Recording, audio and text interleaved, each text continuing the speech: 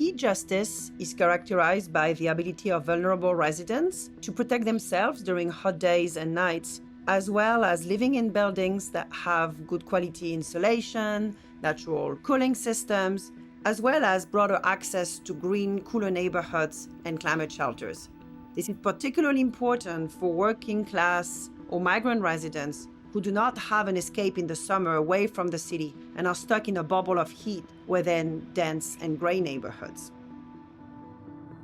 Barcelona and Boston are paradigmatic examples of heat injustice. Their neighborhoods of color, working class areas have historically been plagued by lower quality and poorly insulated housing, poor access to green resilient infrastructure, and public transportation. Nowadays, some of them are also experiencing processes of unequal redevelopment and gentrification, including through new green projects and green housing in those neighborhoods, which overall tend to push housing prices up. In Boston, heat injustices manifest generally in formerly redlined, segregated areas that were zoned in the 1920s, 30s, and 40s as only for racialized groups. They were often underinvested, with poor quality housing, little access to public infrastructure, greening, and other forms of natural areas.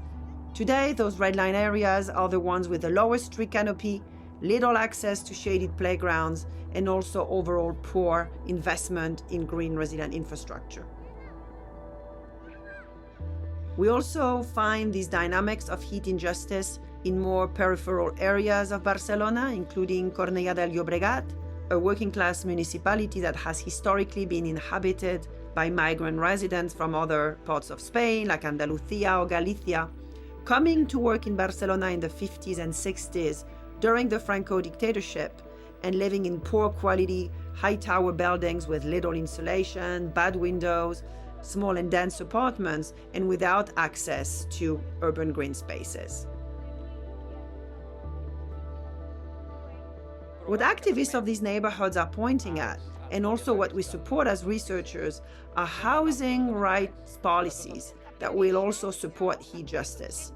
You cannot have heat justice without housing justice, without deep investments in public and social housing and their energy retrofit, without the creation of climate shelters, and without taxes and zoning regulations that can prevent the construction of large-scale luxury green buildings that are only islands of climate resilience for a few privileged ones.